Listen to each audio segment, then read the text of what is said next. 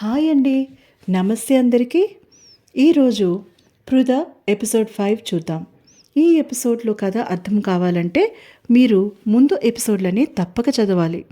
ఇక ఈ కథ మీకు నచ్చినట్లయితే తప్పకుండా సబ్స్క్రైబ్ చేసుకోండి. ఇక కథలోకి వెళ్దామా? అమ్మా, నీ ఫోన్ నుంచే కదా పృథ ఆ కిరణ్కి కాల్ చేసింది? అడిగింది దీపాలి. ధనమ్మ అయోమయంగా చూసింది కూతురు వైపు. నీ ఫోన్ ఇటివ్వమ్మా. అయోమయంగా చూస్తున్న తల్లి చేతిలో నుంచి హ్యాండ్ బ్యాగ్ లాక్కున్నట్టుగా తీసుకుని అందులో నుంచి ఫోన్ బయటికి తీసింది. కిరణ్ ఏసీపీ అని ఉన్న నెంబర్కి కాల్ చేసింది దీపాలి. కోపంతో ఆమె పెదాలు అదురుతున్నాయి. శరీరం కంపించిపోతోంది. ఎంత దారుణం! ఒక ఆడదానికి రక్షణ లేదా? అది కూడా ఒక పోలీస్ ఆఫీసర్ నుంచి. అధికారం ఉంది కదా అని ఏమైనా చేద్దామనుకుంటున్నాడా? ఆమె గురించి అడిగేవాళ్ళెవరూ లేరనుకుంటున్నాడా? అటు నుంచి ఫోన్ రింగ్ అవుతూనే ఉంది. జవాబు మాత్రం లేదు. ఆమె ఆలోచనలు అలా సాగిపోతున్నాయి. 3 సార్లు ప్రయత్నించినా అటు నుంచి కిరణ్ ఆన్సర్ చేయకపోవడంతో కోపంతో రగిలిపోయిందామ. అమ్మా, నేను డైరెక్ట్గా ఆఫీస్కి వెళ్ళి ఆ పెద్ద మనిషితోనే తేల్చుకుంటాను. నిన్ను ఇంటి దగ్గర దింపుతాను, పద చెప్పి తన ఆవేశాన్ని అదుపు చేసుకుని తల్లితో పాటుగా ఆటో ఎక్కింది. కంగారు పడుకమ్మా, ఎలాగైనా పృథని పట్టుకుంటాను. తల్లికి ధైర్యం చెప్పి బాస్కి కాల్ చేసి సెలవు పెట్టింది. Any emergency Deepali? అటు నుంచి ఆమె బాస్ కంఠంలో కన్సర్న్ వినిపించింది. అవును వైవా, ఇంట్లో కొంచెం ఎమర్జెన్సీ. రేపు ఆఫీస్కి వచ్చినప్పుడు చెప్తాను, ప్లీజ్ చెప్పి అతనికి మాట్లాడే అవకాశం ఇవ్వకుండా కాల్ కట్ చేసేసింది. తన బాస్కి పర్సనల్ అసిస్టెంట్ దీపాలి. ముందు రోజు చెప్పి సెలవు పెట్టినా అతనికి ఇబ్బందే. అలాంటిది అప్పటికప్పుడు చెప్తే వర్క్లోడ్ మొత్తం అతని మీద పడిపోతుంది. అయినా వేరే దారి లేదు ఇప్పుడు అనుకుంటూ ఆటో పట్టుకుని కమిషనర్ ఆఫీస్కి చేరుకుంది. కిరణ్ అపాయింట్మెంట్ ఎలాగైనా సంపాదించాలని అనుకుంది. కానీ ఆయన గారు అసలు ఆఫీస్లోనే లేడని తెలియడంతో చికాకుగా బయటికి వచ్చింది. కానీ అక్కడి నుంచి వెళ్ళిపోలేదు. ఆ బిల్డింగ్ ఆవరణలో ఉన్న రావి చెట్టు కింద ఉన్న చప్టా మీద కూలబడింది. అక్కడికి వచ్చేపోయే జనాలతో బిజీగా ఉంది ఆఫీస్ ఆవరణ. పోలీస్ ఆఫీసర్లు వస్తున్నారు, వెళ్తున్నారు. కొందరు సివిల్ డ్రెస్లో ఉంటే మరికొందరు యూనిఫామ్లో ఉన్నారు. Kiran south zone assistant commissioner కావడంతో ఆ ఏరియా స్టేషన్స్కి విజిట్కి వెళ్ళినట్టుగా సమాచారం సంపాదించగలిగిందామె. అమ్మా, మీకు ఈరోజు ఆయన దొరకరు. ఒక్కసారి విజిట్కి బయలుదేరారంటే ఇక అన్నీ మొదల నుంచి చివరాఖరి వరకు చూసేదాకా వదలడు. మహా తలకాయ నొప్పి వ్యవహారం అతగాడితో. ఉడుకు రక్తం కదా, ఆ మాత్రం పొగరుంటుంది అనేసాక భయంగా చూశాడు టీ తాగడానికి వచ్చిన గుమాస్తా. భయం లేదు బాబాయ్, నాకు కూడా అతగాడంటే కోపమే. తెగ అధికారం చూపిస్తాడు. అతను టీ తాగుతుంటే తాను డబ్బులిస్తూ గొంతు తగ్గించి చెప్పింది. అతను తేలికగా ఊపిరి పీల్చుకున్నాడు. పాపం మనిషి చాలా మంచోడే కానీ ఒంటి మీద యూనిఫామ్ లేనప్పుడే. కానీ యూనిఫామ్ వేశారంటే కర్కోటకుడి కింద మారిపోతాడు. అదేంటో మరి ఆశ్చర్యపోతూ అంటున్న గుమాస్తా మాటలని పెద్దగా పట్టించుకోలేదు దీపాలి. కిరణ్ ఎలాంటివాడైతే తనకెందుకు? పృథని ఏం చేశాడో తెలుసుకోవాలి. కొంతమంది మగవాళ్ళు గోముఖ వ్యాఘ్రాలు.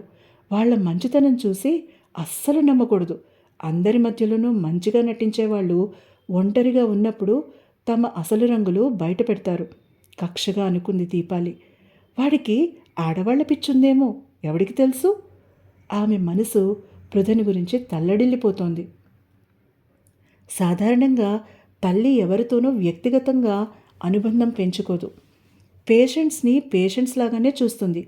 ఆమె వాళ్ళ సేవలో ఉన్నంత వరకు ఎంతో ఆత్మీయంగా ప్రేమగా వాళ్ళకి సేవ చేస్తుంది. కానీ బంధం పెంచుకోదు.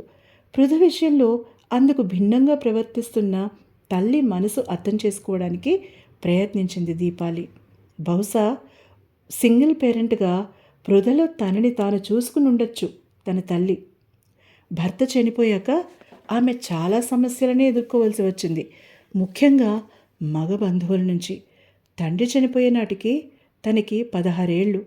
ఏం చెయ్యాలో, ఎక్కడికి వెళ్ళాలో దిక్కుతోచని స్థితిలో ఉన్న తమని తండ్రి స్నేహితులు ఆదుకుని ఉండడానికి ఇల్లు చూపించారు. అప్పుడే తను తల్లిని నర్స్ ట్రైనింగ్ అవ్వమని ప్రోత్సహించింది.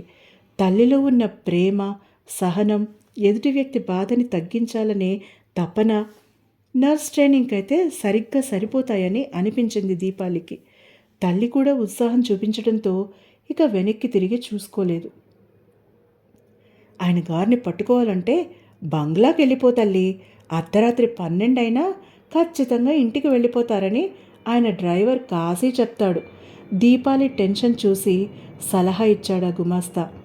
ఆమె చిన్నగా తల ఊపి అతనికి ధన్యవాదాలు చెప్పుకుని అడ్రస్ తీసుకుని అక్కడి నుంచి బయటపడింది. అప్పటికి సమయం మధ్యాహ్నం 2 కావస్తోంది. ఆమె బాగా ఆలోచించి మరొక్కసారి తన దగ్గర ఉన్న నెంబర్కి ప్రయత్నించింది. ఇక ఫోన్ ఆన్సర్ చెయ్యడని కాల్ కట్ చేయబోతూ ఉండగా అటు నుంచి వినిపించింది, హలో. అంతకు కొన్ని గంటల ముందు. ఐఎమ్ సారీ, మీతో అబద్ధం చెప్పాను. కార్ని అతనే స్వయంగా డ్రైవ్ చేస్తూ ఉండడంతో రోడ్ మీదకి చూస్తూ మాట్లాడుతున్నాడు. పృథ ఏమీ మాట్లాడలేదు. కర్ణని గుండెలకు హత్తుకుని కూర్చుంది. అతను తనని మొదటిసారిగా ఎలాంటి పరిస్థితులలో చూశాడో ఆమెకి గుర్తుంది. అందుకే ఇబ్బందిగా కూర్చుంది. ఇప్పుడు అతని మాటలు ఆమెకి కొద్దిగా భయాన్ని కలిగించాయి. ఏమబద్ధం చెప్పారు? గొంతు తడారిపోతూ ఉండగా అడిగింది. మిమ్మల్ని మహిళా శిశు సంక్షేమ సంస్థ వాళ్ళ వర్కింగ్ ఉమెన్స్ హాస్టల్కి తీసుకువెళ్తానని చెప్పాను, కానీ అక్కడ ఖాళీ లేదు చెప్పాడతను ఇంకా రోడ్డు వైపే చూస్తూ.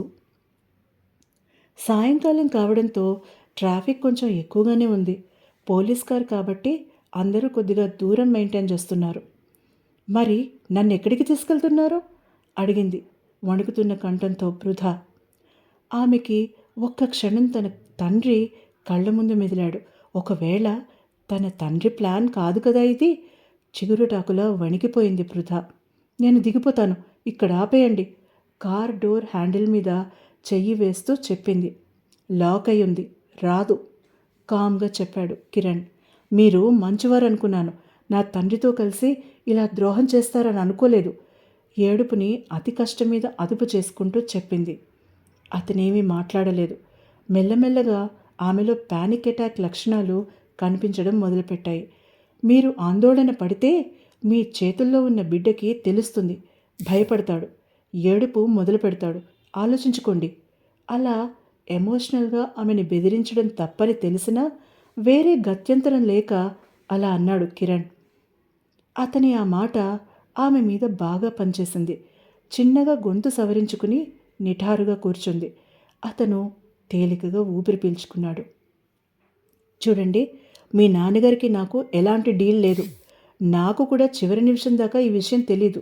మీరు ఫోన్ చేసేదాకా నాకు విషయం గుర్తులేదు. ఒక ముఖ్యమైన కేసు మీద బిజీగా ఉన్నాను.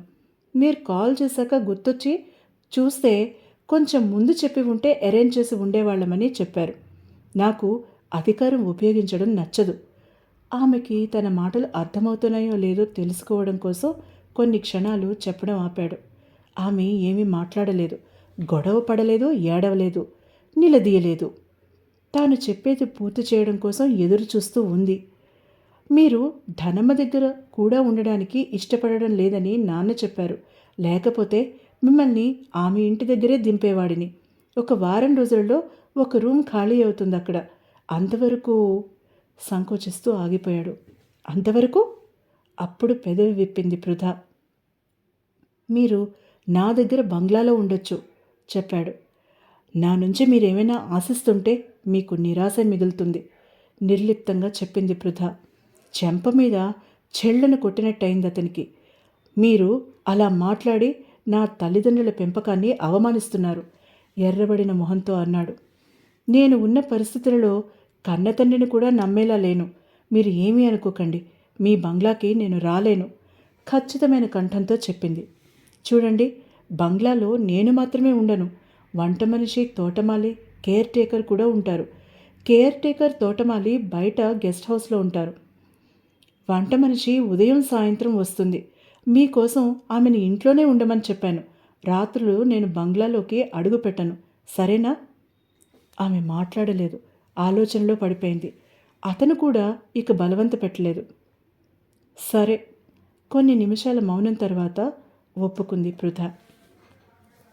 హాయ్ ఫ్రెండ్స్, మీకు ఈ ఎపిసోడ్ నచ్చినట్లయితే తప్పకుండా సబ్స్క్రైబ్ చేసుకుని లైక్ చేయండి. తర్వాత ఎపిసోడ్లో మళ్ళీ కలుసుకుందాం.